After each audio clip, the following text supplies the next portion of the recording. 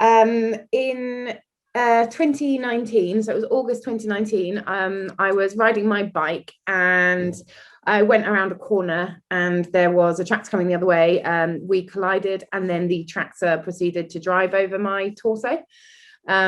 So obviously that gave me a number of extensive injuries. In terms of the injuries to my arms, my right arm was the one that was most significantly affected.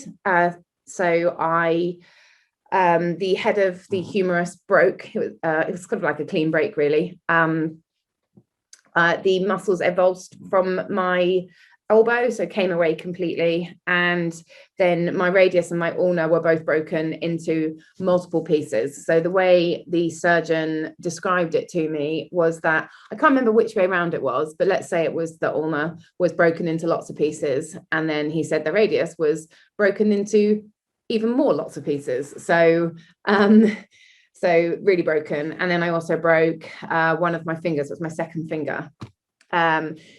I broke my shoulder blade, or fractured shoulder blade as well. And then on the other side, so on my left arm, again, I broke my wrist, so that needed fixing, and fractured the shoulder blade there as well. But obviously my left arm was significantly less damaged than the right one. So I was obviously I had quite a few other injuries as well. So I was in intensive care for a little bit, but they knew that they needed to fix my arm. So the surgeon came in and I was on a ventilator at the time. So they had to turn down my sedation and he had to talk to me and get my permission to do what he wanted to do. But I was very aware at the time that I was also paralyzed from my accident. So I knew that the use of my arms was sort of, well, even more important, I would suggest, than somebody who was going to be able to walk, because my arms were going to become my legs. So with that in mind, somehow I was very aware of this, even in the state that I was in. And he won't mind me saying this, because I was on a ventilator, you have to use a letterboard, so you have to point to the letters and spell out the words, but I couldn't use either of my hands, so I couldn't do that either. So instead my family would point to the letters and I'd squeeze their finger, because that was all I could manage, as they spelled the words. And this painstaking process, with him watching as well, I'm not sure if I knew he was there or not, I asked my sister if she could check that he was good enough to fix my arm, because I had a friend that was a hand surgeon, and they checked, and he spoke to the surgeon and he was brilliant and came back to me they would be fine, so I let him fix it. But it took 9 hours of surgery. He had to go in twice, 9 hours the first time, and he plated the head of the humerus, so that was kind of then fixed.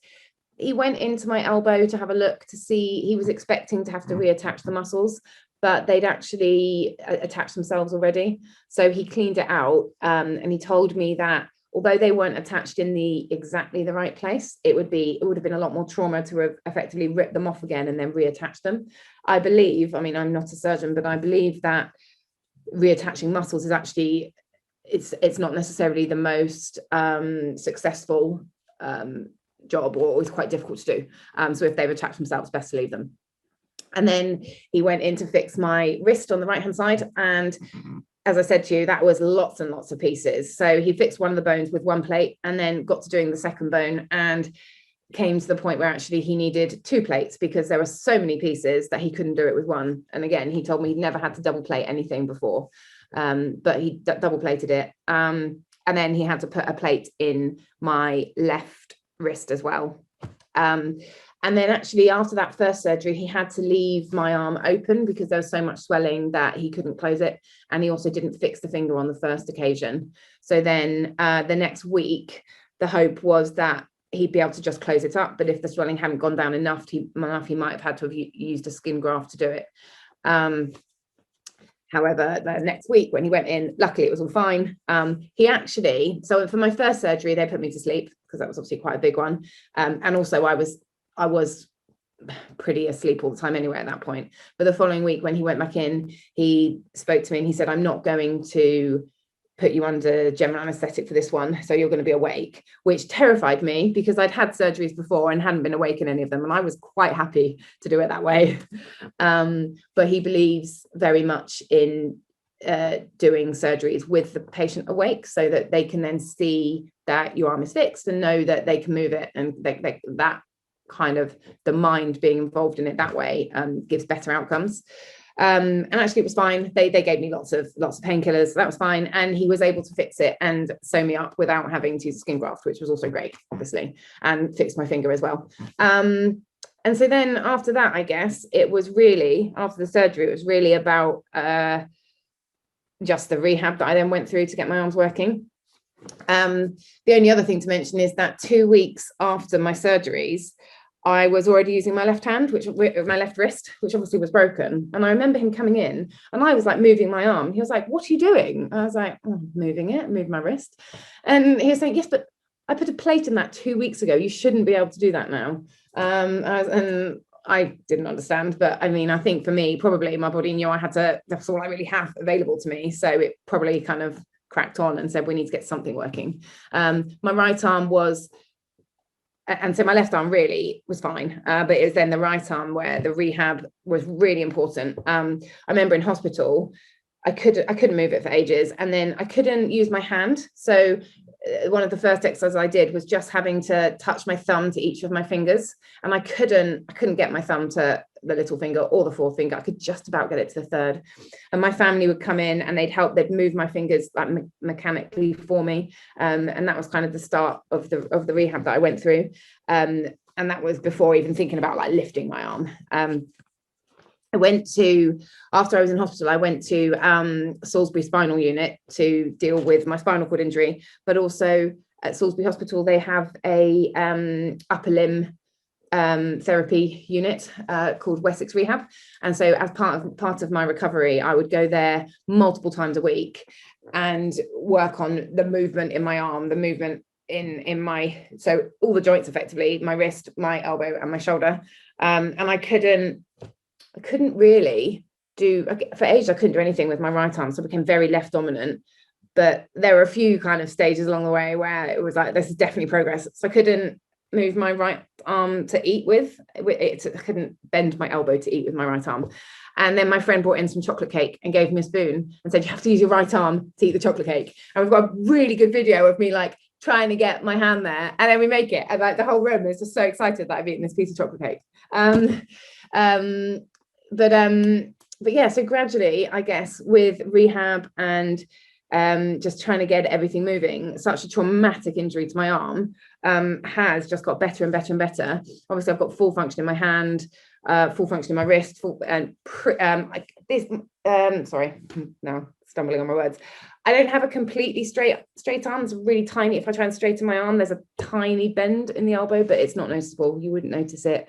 I sometimes get pain in my shoulder, sometimes get pain in my wrists, but for what I knew at the beginning I would need my arms for, I can now use them. So I'm fully independent. I can wheel my wheelchair. I can do transfers independently. So I can put my weight through my arms to be able to get from my chair into bed and into the car. I can get in the car and then carry my wheelchair over to put it on my seat so I can drive and go to places independently.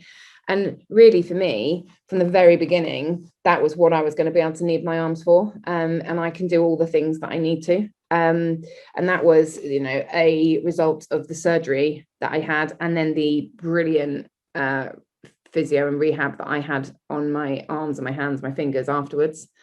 When I had my accident, I knew straight away that I wasn't going to use my legs. So I knew I wanted to be able to carry on doing triathlon, but obviously it would be para-triathlon.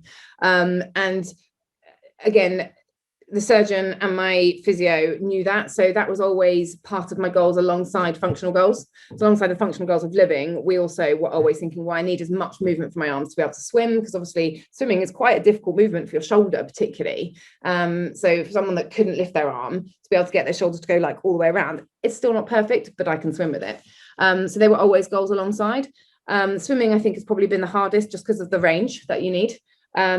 In para-triathlon, you use a handbike, so it's just kind of this motion, and that's actually been fine. And then you've got the race chair. The moment, and partly it's about making sure I've got the right equipment. So at the moment, I sometimes get sore wrists from the race chair, but that's because one I've got doesn't quite fit me properly. So again, once I've got that sorted out, it should be fine.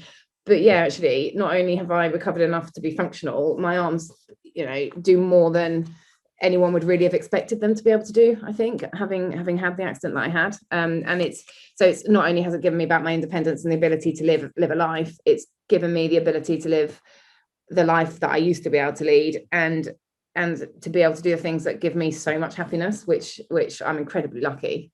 Obviously, it's been a bit different because of COVID, but this year I started actually competing again, and I did my first race, which was a national champs, and I came second. There wasn't very many people, but I came second. And then the big thing that I did, which is quite cool, there was like an ultra triathlon around Goodwood race circuit, and it was, so I did a 5 kilometer swim, and then 120 kilometers on my handbike, and then 40 kilometer push. But what was really cool about it was that it was laps around the race circuit, and the organisers said that for the run, I could have some people to come and run around with me. And so one of the laps, my surgeon came around with me, and then one of the laps, my physio came around with me. And that was just really nice, because it was like, I wouldn't be there if it wasn't for them. I wouldn't be able to do those things. So that was just really special.